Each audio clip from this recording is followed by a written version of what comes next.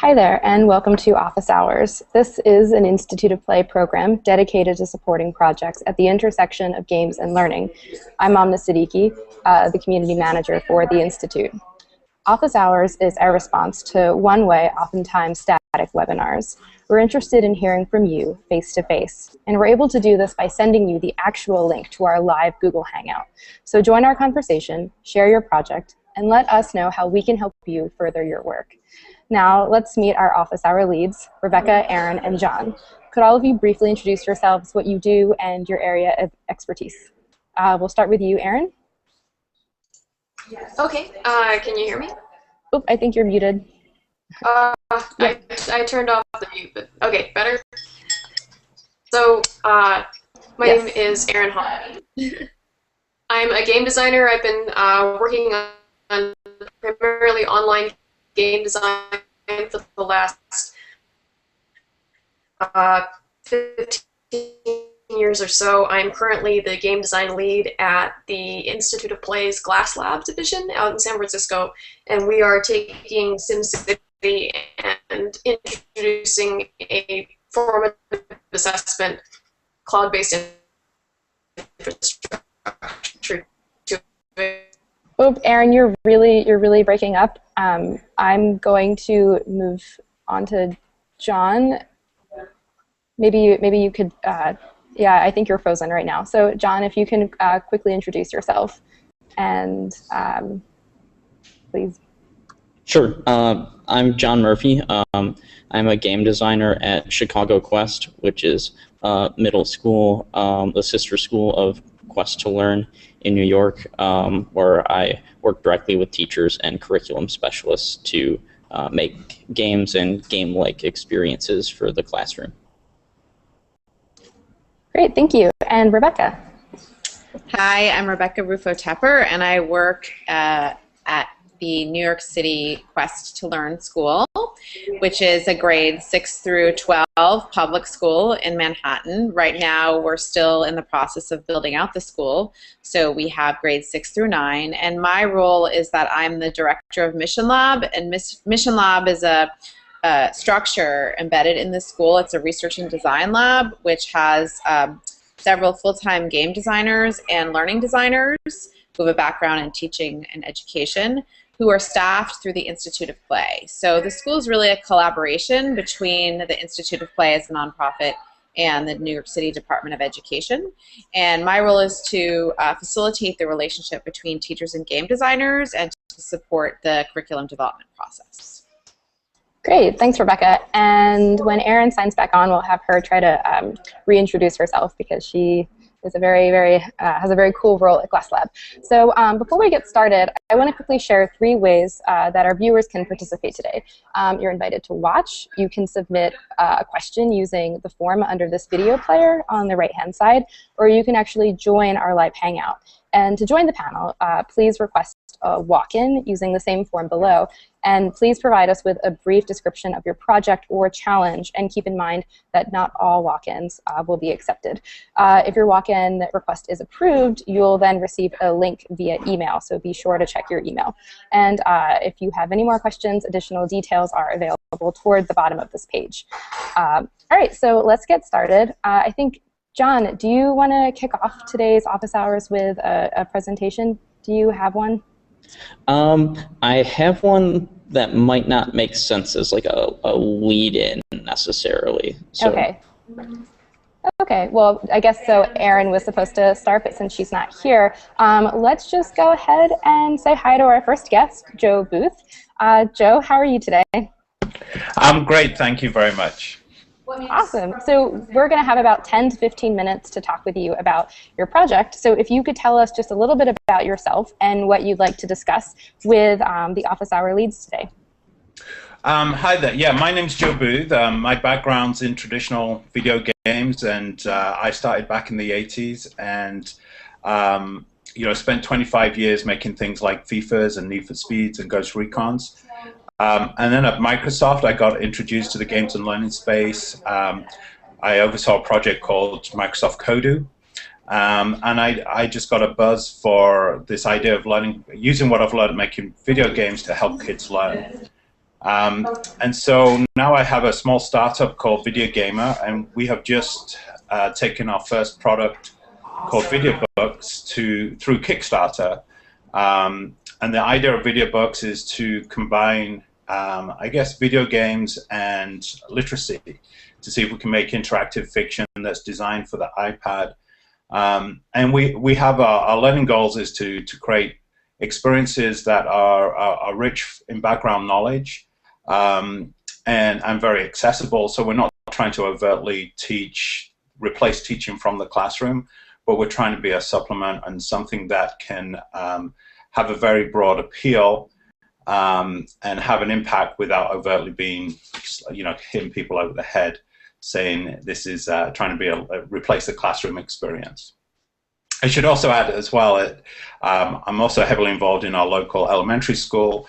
I chair the technology committee there, and so we recently set up a Minecraft after-school program for kids there, and have a number of other things using technology in innovative ways for the school. Great. So do you have any questions, or is there any feedback that you'd like to receive from Rebecca or John right now? Yeah, I guess generally the thing I'd love to hear about is, as you're working with teachers, especially teachers that are not necessarily early adopters of technology, just how you get through some of those challenges of getting technology into the classroom and successful in the classroom when there's many other things that teachers have to deal with these days. Yeah. Oh, Rebecca, I think you're muted. Sorry. Thank you. That's a great question. We've had a lot of experience with that at Quest to Learn. When we started the school, we hire teachers through the New York City Department of Education, and so they're certified, and they've gone through all different types of preparation programs. And a lot of the teachers we have are young, and technology is sort of part of their lives, but they don't necessarily have a lot of background in integrating technology into the classroom. And there are a lot of sort of fears and concerns around it, not working sometimes. Like, what happens if you set up a whole experience and all of a sudden, you can't get online, or something is blocked, or your computers don't show up. And so I think that a lot of teachers, particularly ones that have been in the system for a while, there are definitely fears around that, and also really knowing if it works. And I think what we do at Quest to Learn is the teachers partnered with a game designer and a learning designer who has a background in teaching and education. And the three of us work together around making sure that the teacher feels a really robust system of support around them being able to integrate the technology. So the most important thing for us is to really bring it in an organic way. So we don't really do sessions here where it's like, let's learn how to use iMovie just to learn how to use it. What we try to do is we work with teachers and we think about what is it that they want to do. So like an interactive fiction story, what we would probably do is, if we're in the context of a meeting, we ask the teacher, what's your goal? What are the things that you want the kids to learn? What kind of experiences do you want them to have? And then organically you can start to bring in, there's this great interactive fiction story that, on the iPad you could bring in, and it would actually meet your goals really well. So you begin with the teacher's sort of interests, goals, and learning, and then you bring in the technology that you feel like fits that, instead of going the reverse, which I think is a big mistake some people make, which is they try to just push tons of technology at teachers, and they don't really, it's kind of like, unless it's going to be really applicable in practice in given moments, it sort of feels just very overwhelming, and they might actually really like something, but if you do it in a workshop, they might forget about it. There's no thread to connect it to. So we try to bring in technology in the context of, is this the best tool for the student learning? And then we just really try to set up those first initial experiences to be successful. So we make sure one of us is in the classroom. We make sure that we run through it. The teacher runs through it a lot on themselves. Often we'll play test things with small groups of kids. We'll say, let's bring in a group of 5 kids and we'll try something out. We do that particularly with games, but there's no reason why you couldn't do that elsewhere. And so you build up this sort of scaffolding support for the teacher, so you know that when they bring that into the classroom, it's going to feel really great. And then if they have a really great moment, that's your entry point. If the first moment is a disaster, then you're more likely to have the teacher start to pull back. but if they have some really great experiences, then they're more receptive if failure happens later, and understanding like it's worth the effort and the time. Thanks, Rebecca. John, do you have anything to add?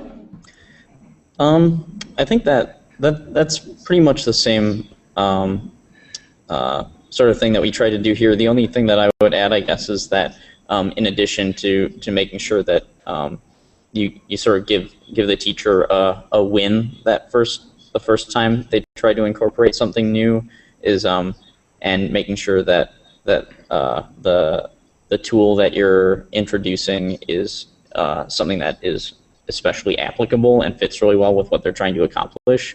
Trying to think of things that you think the teacher might like to use themselves, might sort of get a sense of what sorts of activities they enjoy playing around with, because the more the teacher plays around with and understands what they're using, the more they'll start to give input in the future how they could do even more cool things with it that we might not understand the potential for.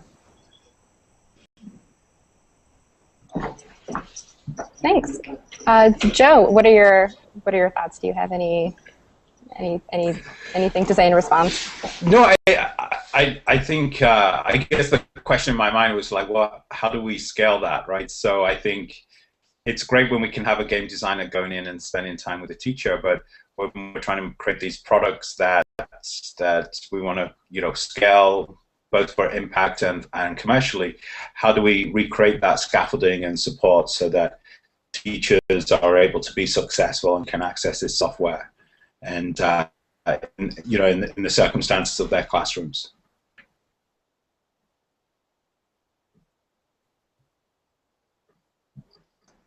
Does anyone want to take that? So I guess one thing that you could do is present them with either have some sort of built-in tutorial for sort of asking them through the application itself, what are you trying to do? Oh, you can use this in this way to accomplish that. Somehow have that built in to some extent. Or just have sort of examples of this was used in this classroom in this way for this purpose. Something that can at least partially get at that sort of walkthrough that we would give with actual people in the classroom that you won't be able to get all the time. Does that make sense? Yes, it does. I think I think it's very exciting what you guys are doing. I'm still well, it's going to be. I mean, I'm used to doing that for traditional games, and I think that's where a lot of the cost comes from, right? Because you have to build an experience that is usable in traditional games. You build an experience that is usable by everyone, and that when they're stuck, the game has to be able to support them. And certainly that's where a lot of the incremental cost comes from, because you're testing a very wide, variation of skill sets, and you have to deal with a lot of different cases and a lot of different circumstances. So yeah, I guess the hope for me is that as you guys are doing these pilots, is that we're able to scale the things that you find.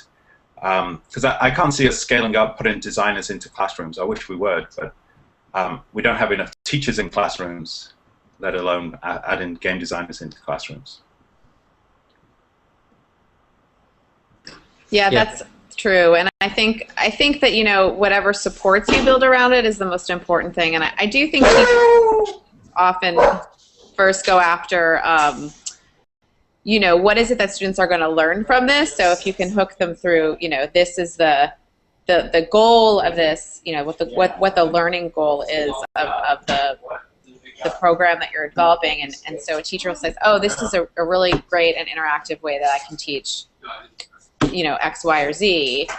Then if there's a simple set of lesson plans or just scaffolds around how you bring that into the classroom, and then whatever kind of support you can make available. I mean, clearly, we can't have a game, like you said, we can't have a game designer in every classroom, but you know, if there's some kind of other ways for them to get feedback and develop a network of a community. There's communities, you know, that are developing where teachers are sharing resources and giving each other feedback and supporting each other.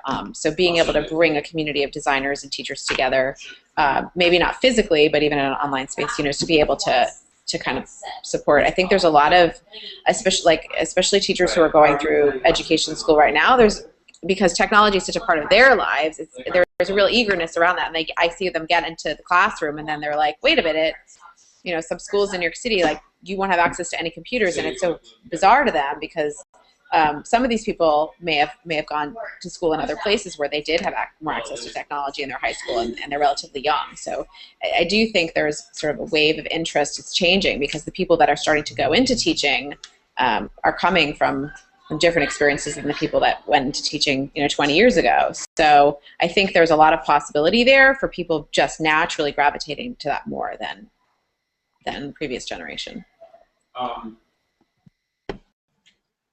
That's great. If we've got time, I had another question. I'd love to hear the different areas subject areas where you feel you've been successful, because I think there's an assumption that games and games and learning can be successful with STEM, and I think we're seeing like we have a massive challenge with English and with math, especially switching to the Common Core and some of the standards being so much higher. So I'd love to hear some of the areas where you feel like this technology or this approach has been successful.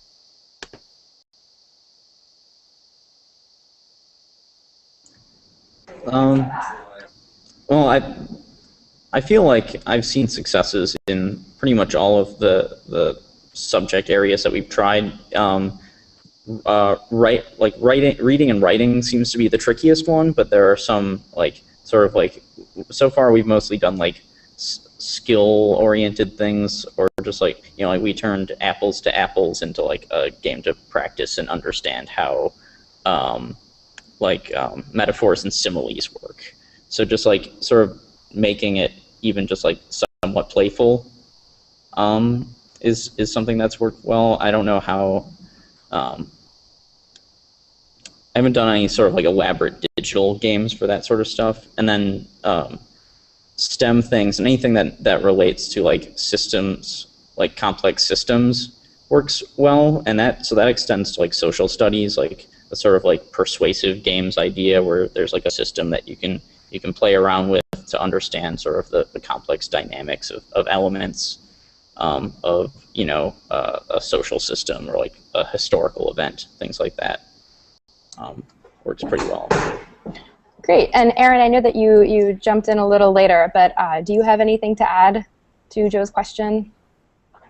Yeah, I guess, and I did miss the beginning, so I apologize if this isn't a straight answer, but on the digital side, and specifically speaking to reading and writing, that's one of the things that we're trying to tackle with SimCity, actually, and the way that we're going about it is using the complexity of the digital game to create curiosity that then drives students to want to desire information, and then the information, they get that through the text, and so they have to have the sort of textual comprehension and analysis of the text in order to understand how to play the game in a better way. So we're definitely trying to dig into that place where you can use the digital tool in the way that it's natively advantageous in order to create an environment where they want to learn and they want information and they want things that can give them an advantage in the tool.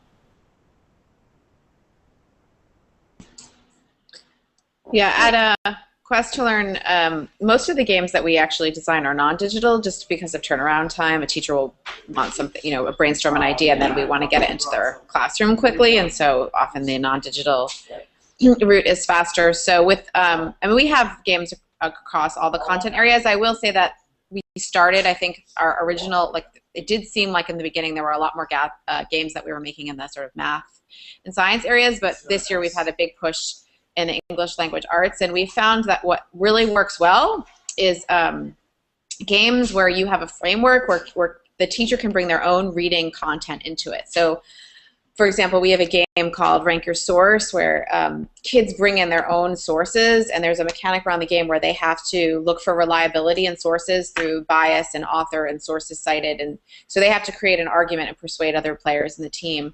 But and we have a version of the game where we provide the kids with sources, but you can play it. The teacher can play it and bring in any reading they want. We have another game around context clues where, again, like we give them a set of vocabulary and they sort of have to bet on the meanings of words that are replaced by this word pla. So you have to figure out what pla means in a variety of contexts. And kids can actually generate their own content around that. They can make their own sentences that other people have to read. So that framework seems to work really well for language arts, because one of the problems with creating a game around that is that once you've sort of played it and you've read a text, like you don't play it again. You have to read another text. So we found that a framework where the teachers can filter in their own reading content is really great. So it just becomes a mechanic for playing versus you're providing all the content for the teacher, because then they can play it as many times as they want with as many texts as they want. Awesome. Thank you, Rebecca. So, Joe, we need to move on to our next appointment. Thank you so much for sharing your work and for coming on to office hours. It was really nice meeting you. Thank you so much. All right, take care. So our next guest is Avi. Avi, could you please tell us a little bit about yourself and the project that you're coming on to discuss? Hi, my name is Avi Granite, and I'm a composer and musician. I've been doing many different things stemming from games, like the approach of creating play and using it as a tool to achieve things that I probably wouldn't be able to achieve otherwise. So the first thing I did that got me rolling in this direction was that I was on residency doing a composition residency at a arts retreat, and I was surrounded by classical musicians who are incredible technicians at what they do, technically, but they're not taught the language and the skill set to improvise. They're not taught what jazz musicians are taught, which is what works with what.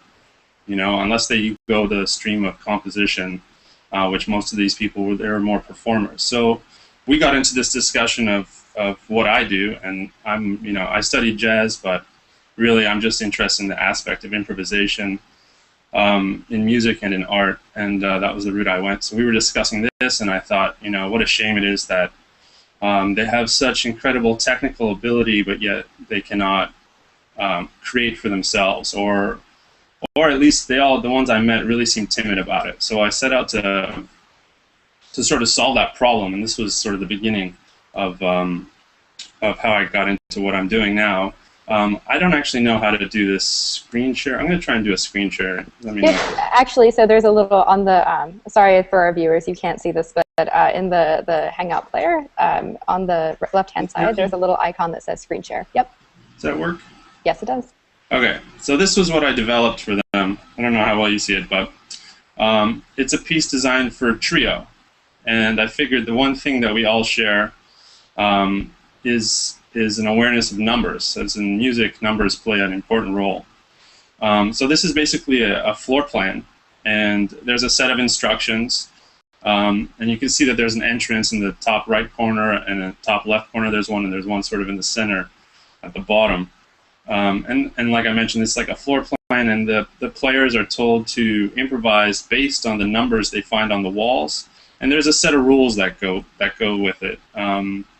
Not to elaborate too much on that, but anyways, that's what I got started with, and it was really incredible. I got these classical musicians to, work outside of their comfort zone, but I was blown away at the music they created using that sort of approach, and it went over really well. And so I continue to do that, and I have a project called Graphic Tongue, where all the music is derived of improvising based on visual cues and whatnot. Since then, I've been doing workshops for non-musicians on creativity and getting them to experience the improvising, to have that experience, to have the improvisational experience. Musically is the tool I've been using, but there's other ways, of course, like theater and whatnot. I had the opportunity to do a workshop for a bunch of executives from GE at their corporate university, and and I had them all playing glockenspiels, little kids colored glockenspiels, which was a great achievement, just to get all these sort of slightly stuffy individuals to sort of break down and address creativity, and that's sort of what I was talking about, in the indulgence of things and thoughts that perhaps you wouldn't indulge in your normal life. And so that's what I've been doing. There's a musical aspect to this, which is my band, and then I've been sort of working and doing workshops for creativity workshops based on sort of the same elements that I'm using. Like, I'm trying to find ways to bridge using playfulness as the medium. I'm finding ways to bridge either a limitation in a person's art form and allow them to experience something outside of that, and definitely encouraging them to go outside of their comfort zones. And it's been very interesting and somewhat successful artistically. And then beyond the art of it in itself, it's just been really interesting to work with people and really challenge them to go beyond themselves, because I've had classical musicians. I got invited to present a score to a group, and this band came in from Norway, and they played this, and one of them was really frustrated by it and found it really challenging and uncomfortable, and he voiced his displeasure with it. But then, at the same time, it was interesting because what was uncomfortable for him still produced some incredible music. The rest of his band was there listening, and they said this was amazing. They enjoyed the music. So that element of getting outside of, you hear people say this all the time, comfort zones and comfortable ways of working or learning or whatnot. Sometimes that's sort of been the most interesting aspect for me, is realizing how we can still produce great things, especially in the moments where we're uncomfortable, and that's when you take those steps. So one of the things I try to do with these graphic pieces, the one that was like the floor plan, and I have other ones, one of the things I try to do with that is make sure that I can identify what piece is being performed, that it's not just complete abstraction, that there's some telling signs within the compositional form that is identifiable musically and creatively. And so I wondered, I've only read a little bit about what you guys have been doing, and I've been very excited to hear about the methods and approaches you've been using to get students to learn. And I wondered, and this might be a tough question, but how do you go about quantifying the effectiveness of the games you develop for your students and the people who are working with them?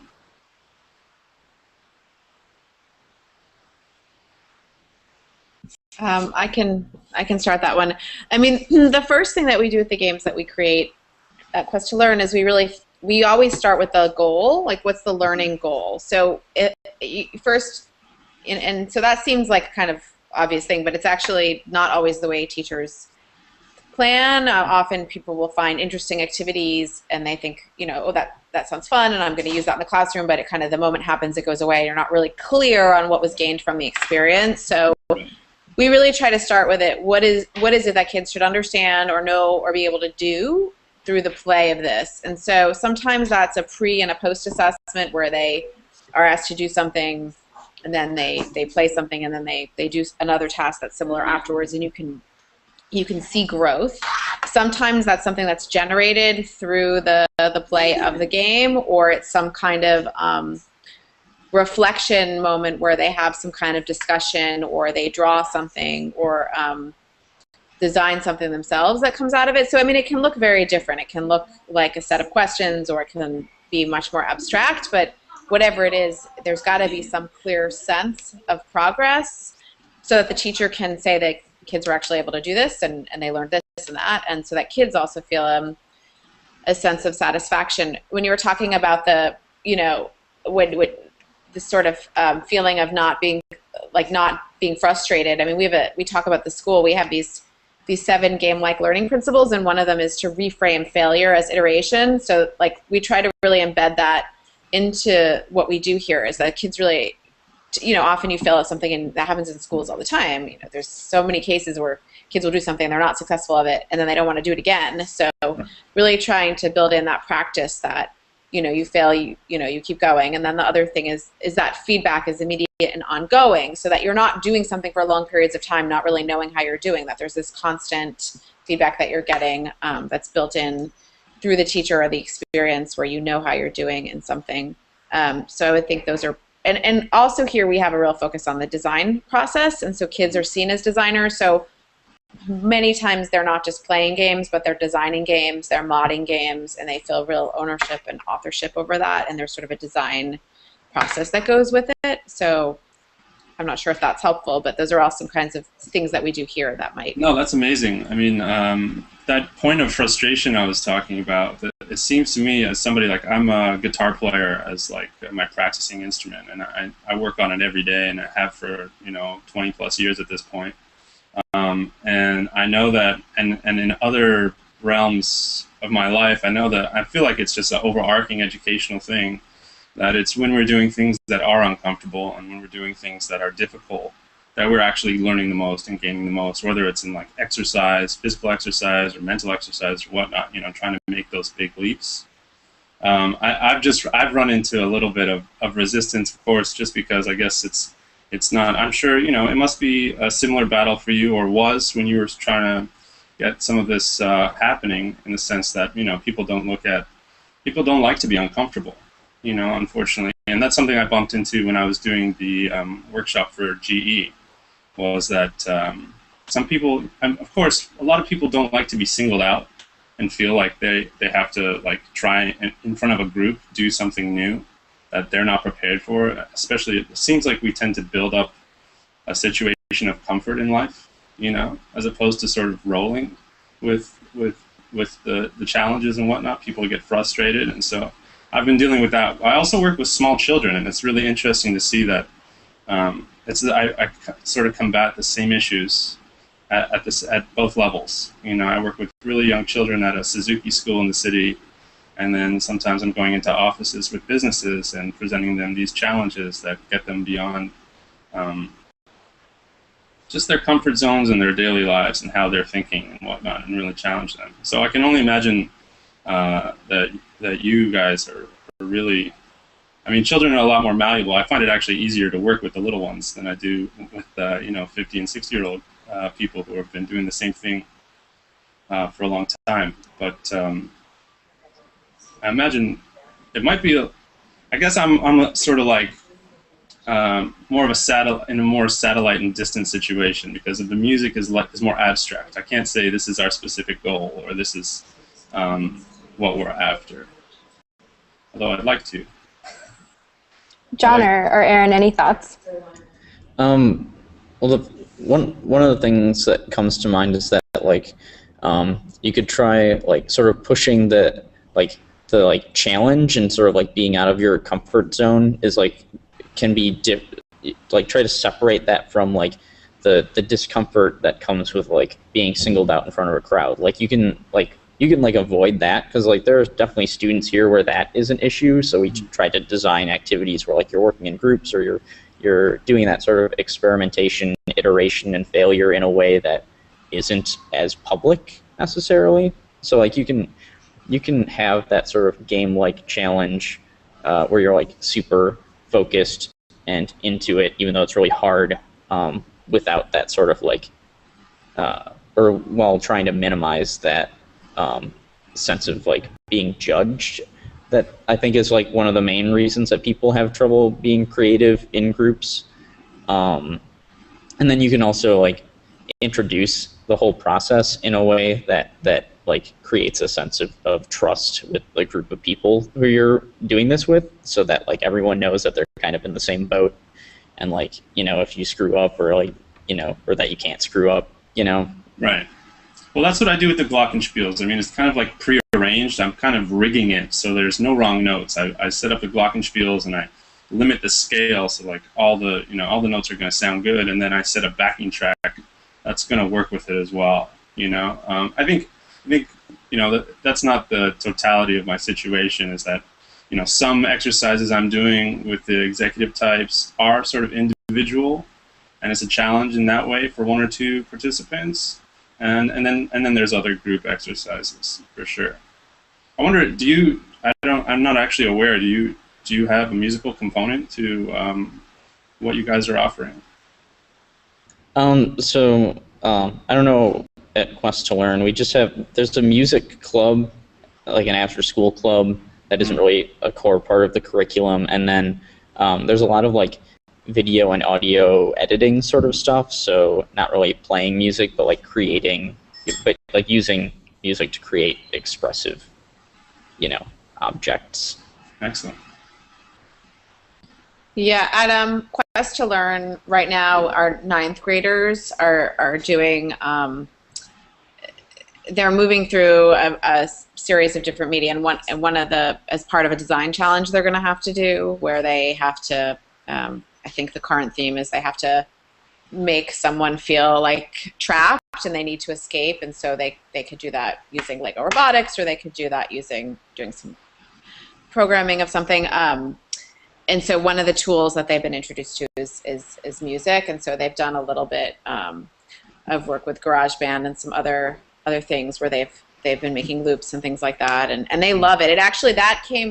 Before we started the course, we surveyed the kids around what would they like to do in Innovation Lab, which is the media arts class we have here. They do a lot of game design in it, and it's kind of the backbone for our systems thinking curriculum. And a lot of kids, we didn't actually plan to go that route, but so many kids said that they were really interested in music. So we were like, great, let's build in something around that. And and the teacher doesn't have, she's a little background on it, but so we've been really working with her, and she's been learning different tools that she can use, and so it's been great. The kids really like that. So it's definitely an area that I think kids are very excited about.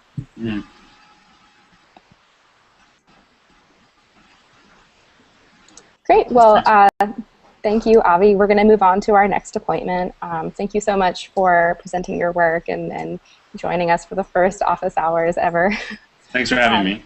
Thank you. See you later. Bye. So our next appointment is Will. Hi, Will. How are you? Oh, I think you're muted. If you just in the upper right-hand corner, you'll see a little mute button. There we are. Awesome. I'm getting a delay a lot from you too. I'm not sure why, but okay. Well, we'll try to work with it. Okay. Great. So could you tell us a little about yourself and what you'd like to discuss with the office hour leads today? Yeah, I've been doing music for kids for about 20 years, and I have a beeper going. I've been doing a lot with games and starting to integrate games into what I do. A lot of what I've learned has just been learning it as I go kind of thing, not a lot of direct training.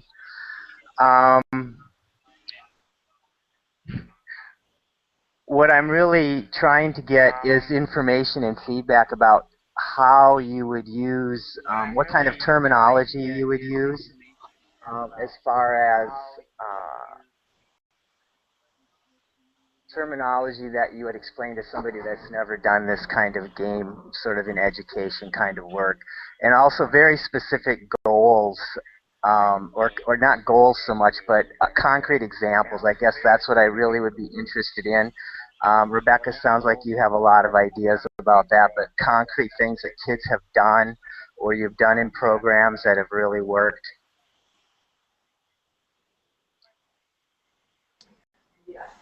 Great. Does anybody want to take that?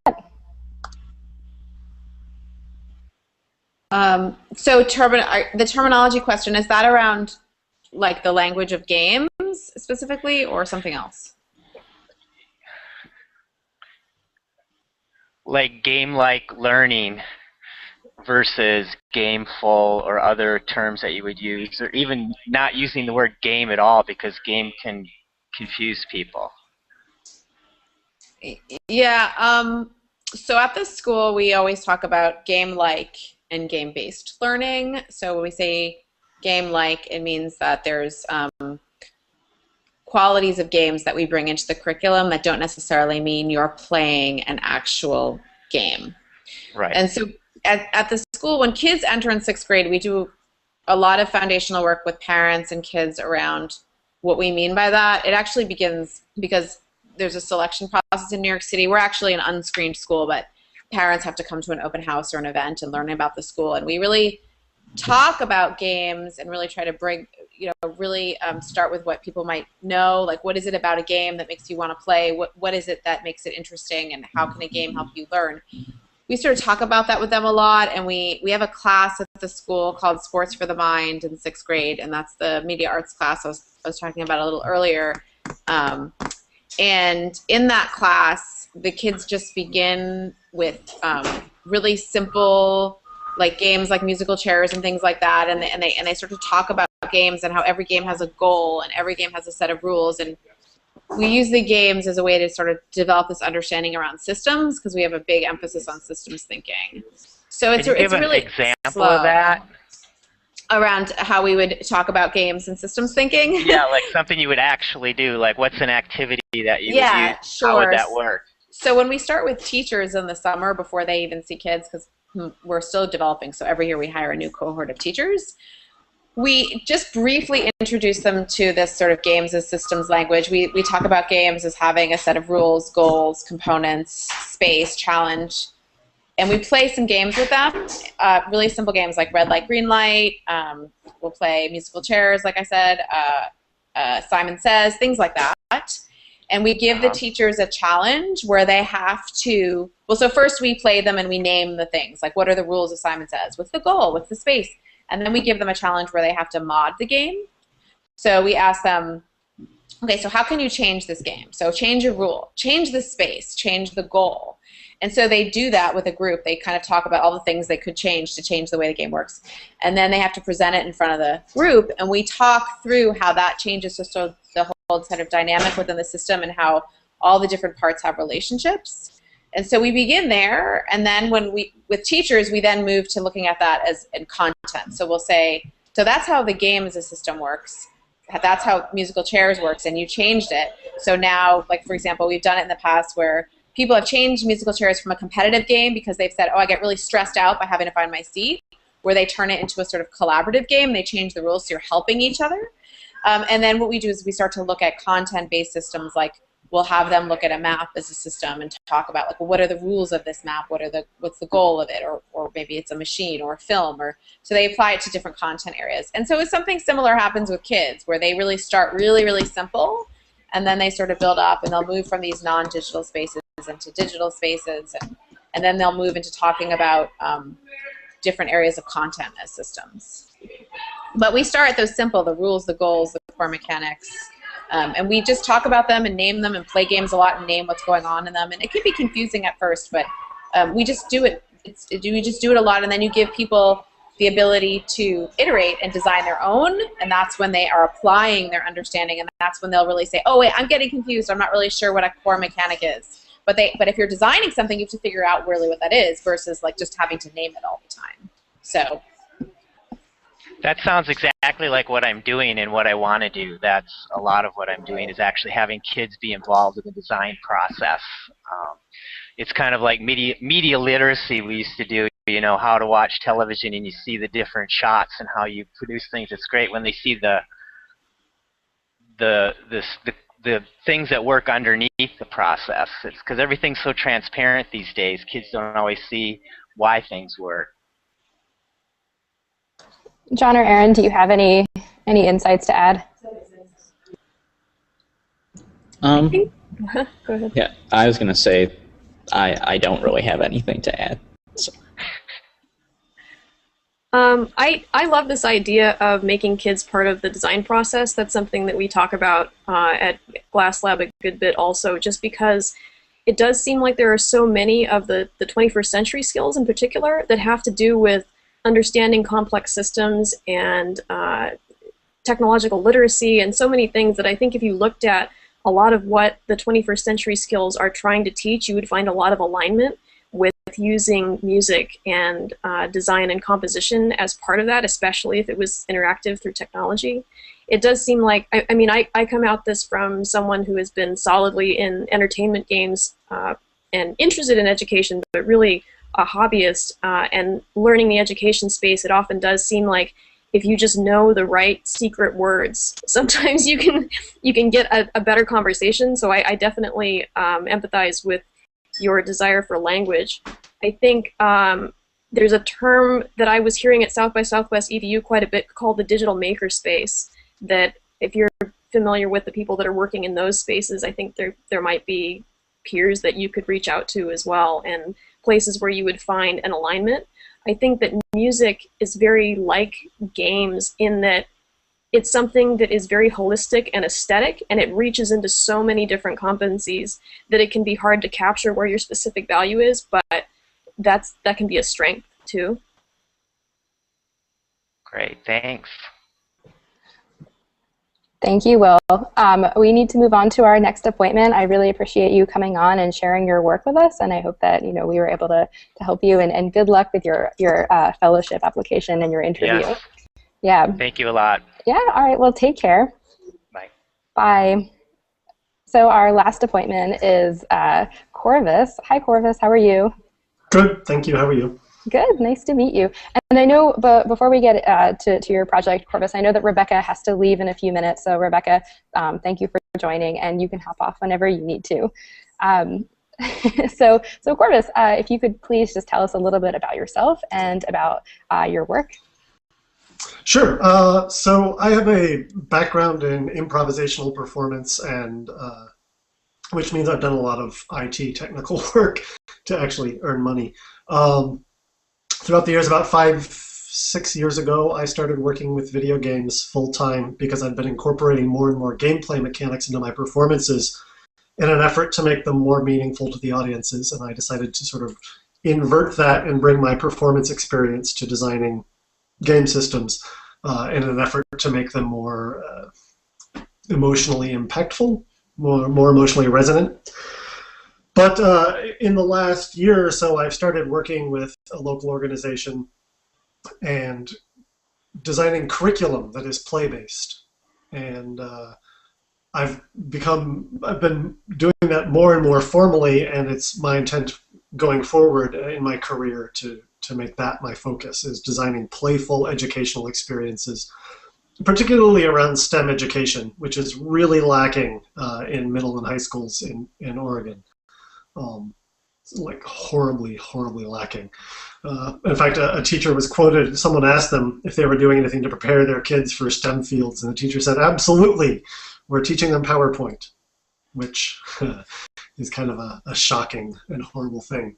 But so I'm working with some nonprofit organizations to create curriculums around doing playful education, and we're using game design as the impetus for the kids to get involved, because the vast majority of the students we work with play games and are really interested in making them, or at least in knowing how that's done. So I've created a methodology that I've been using called the GEM method, which stands for Guide, Explore, Mentor. And it's got a few things that I've noticed. Students in formal classrooms they're all so structured around success, and failure is something to be avoided. And I think that's kind of a mistake. When you talk to anyone who's successful, they essentially say that the failure is the critical component of their learning and their success, and being able to move on from failure. So I try to give the students a lot of opportunity and safe space in which to fail, which means removing a lot of sort of judgment from the classroom experience as well, which is where the mentorship component comes in. And currently what I'm working on, so traditionally the mentorship has been having volunteers or myself lead sort of Q&A sessions with the kids after they've had time to explore the concept that I introduced in the guide phase.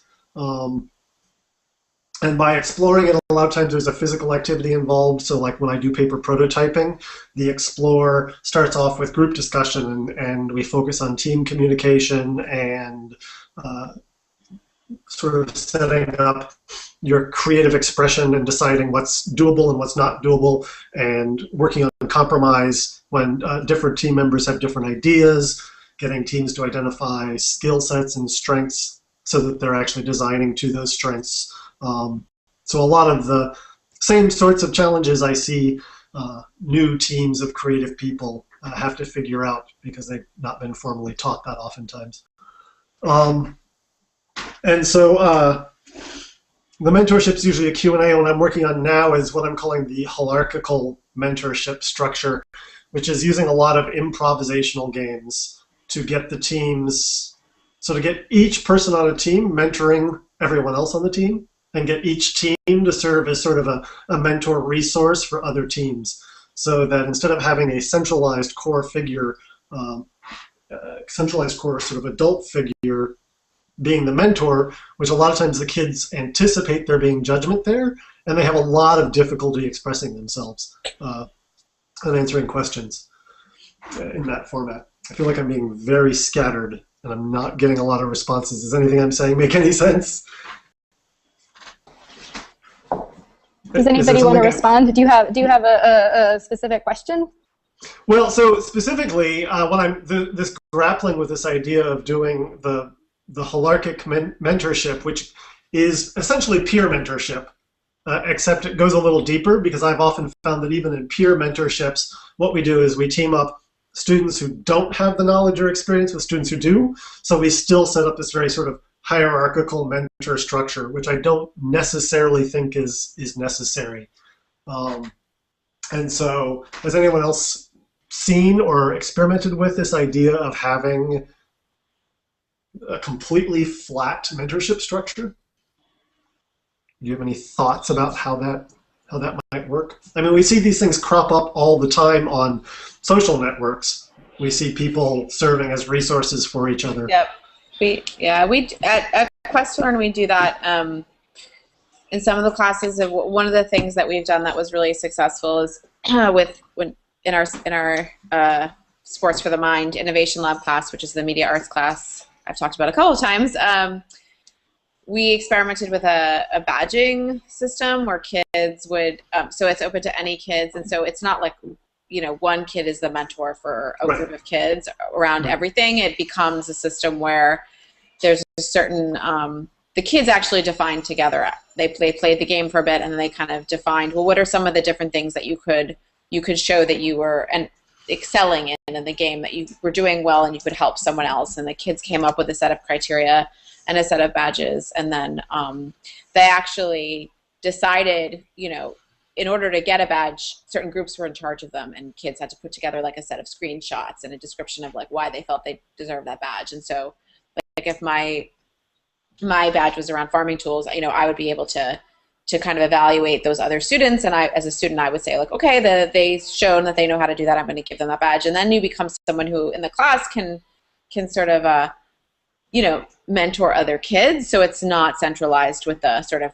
the group leader who leads around everything. And so in that way, it was a structure that we really liked, and that sort of system where you can earn different skills and badges around that. We've done that in a few different places, but that's one example.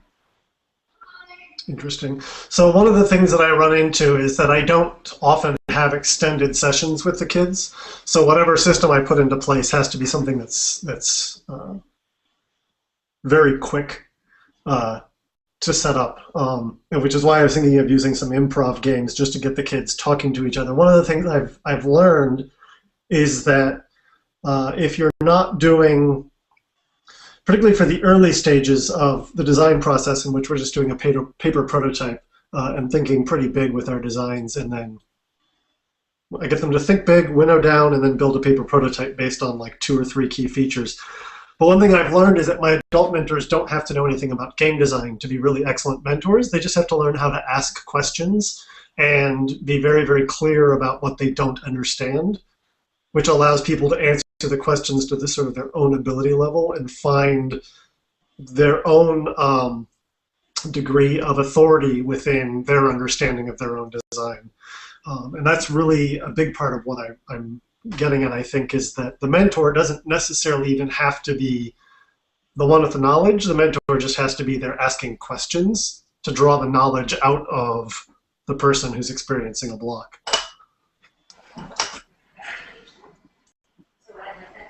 Aaron or John, do you have any thoughts? I was just thinking that in addition to doing the sort of like badging, sort of like earning expertise, or like having some sort of group representation of that, doing some sort of activity that gets students to think about like what they like doing the most, just like sort of self-identify, and then sort of like organize and assign roles, even if everyone is flat and everyone can mentor each other. Like at least like at the middle school level, it seems to help a lot to have sort of concrete like, you know, roles and things that each student like owns in a collaborative project.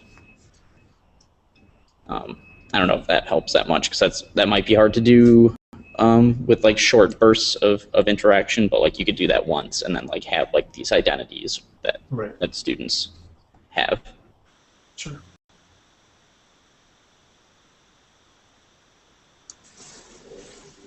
Great. Anything else, guys?